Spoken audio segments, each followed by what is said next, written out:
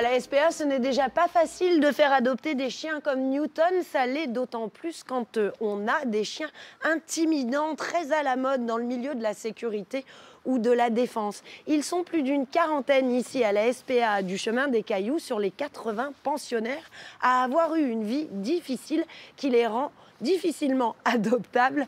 Je vous propose d'aller à leur rencontre juste après la petite séquence d'éducation. Moi, j'attends encore un peu. Non. Comme. Très bien ça, ma fille. Super oui, ça, oui. C'est bien mon chien, ça, oui. c'est bien. Viens chérie, viens, Si je t'en tu fais veux voir approcher. Je peux approcher. Bonjour Jonathan. Bonjour. Comment s'appelle ce charmant chien? Cette charmante, c'est Khalifa. Ok. Qu'est-ce que vous étiez en train de faire là avec l'autre chien? Alors du coup, on essaie de les réassocier. C'est des chiens qui ont été pas forcément une belle vie dès le début. Et réhabituer un peu, les resocialiser un peu avec les chiens, comme là où elle ne doit pas forcément agresser un chien, même si en face, ça va aboyer, ça va provoquer, elle ne doit pas forcément répondre.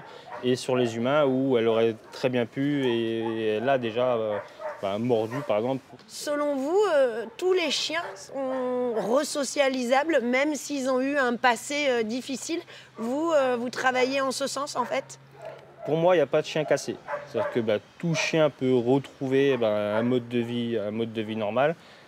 À côté de ça, voilà, c'est pas n'importe quel chien qui ira dans n'importe quelle famille. Il faut qu'il y ait une connaissance un petit peu de la race. C'est pas des chiens qu'on peut mettre entre toutes les mains.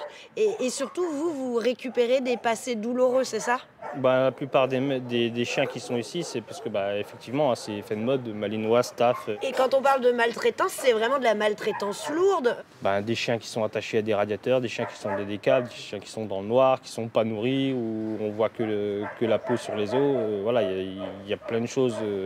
Et ça, vous pouvez le récupérer. Un jour, ils peuvent de nouveau avoir confiance en l'être humain. Ouais, bien sûr. Après, alors, suivant les chiens, ça va mettre plus ou moins de temps. Pour moi, oui, il n'y a aucun chien qui elle est entre mes jambes, elle n'est pas en train de me bouffer, quoi.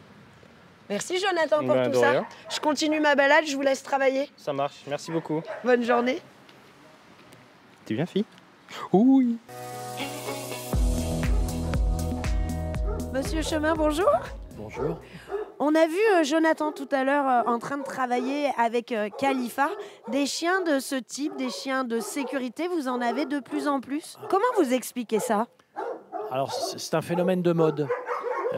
Aujourd'hui, les gens sur les réseaux sociaux se rendent compte et pensent que les Malinois sont des chiens télécommandés, extrêmement faciles. Et donc, on s'oriente vers ce type de chien et généralement, on va à la catastrophe. Souvent, les personnes qui adoptent ou qui achètent ce genre de chien n'ont ni les conditions économiques, ni les conditions de domicile pour avoir ce type d'animal. Oui. Mélina, on a avancé jusqu'à la cage de Flocon. Ce chien, quand il est arrivé, il était inapprochable? Oui, au début, il était surtout très peureux. Donc, on a mis un moment avant de pouvoir l'approcher et qu'il gagne notre confiance. Ça m'a pris 7 mois. Et en fait, c'est juste qu'il a très, très peur des humains. C'est pour ça qu'il se met dans un état comme ça.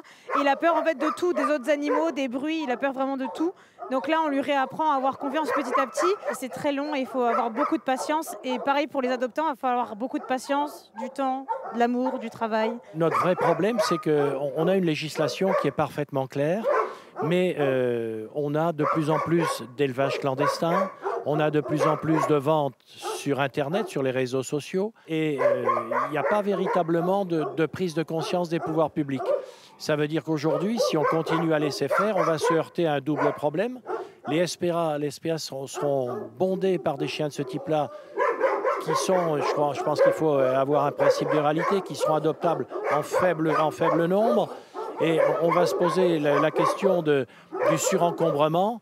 Et qu'est-ce qu'on doit faire de ces chiens-là quand on n'aura plus que des chiens comme ça en SPA? Parce qu'en fait, on est hors la loi quand on achète un chien qui n'est pas issu d'un élevage. Absolument. Seuls les éleveurs peuvent vendre des chiens. Les animaux doivent être pucés. Le fait de ne pas pucer son chien, c'est une amende de contravention de 4e classe. Mais il n'y a aucun contrôle réel qui est exercé là-dessus. On a l'impression que les gens sont inconscients. Si vous avez 3 enfants en bas âge, un lapin, 2 chats, le malinois, c'est pas le bon choix. Voilà. C'est un beau résumé. En tout cas, je pense qu'on va en rester là, nous, pour ce soir. Vous le voyez, des chiens dans les SPA, il y en a plein. Tout le monde fait en sorte qu'ils soient adoptables. Donc peut-être que si vous voulez vous lancer là-dedans, vous pouvez privilégier des chiens qui ont besoin d'une deuxième vie. Bonne soirée à tous.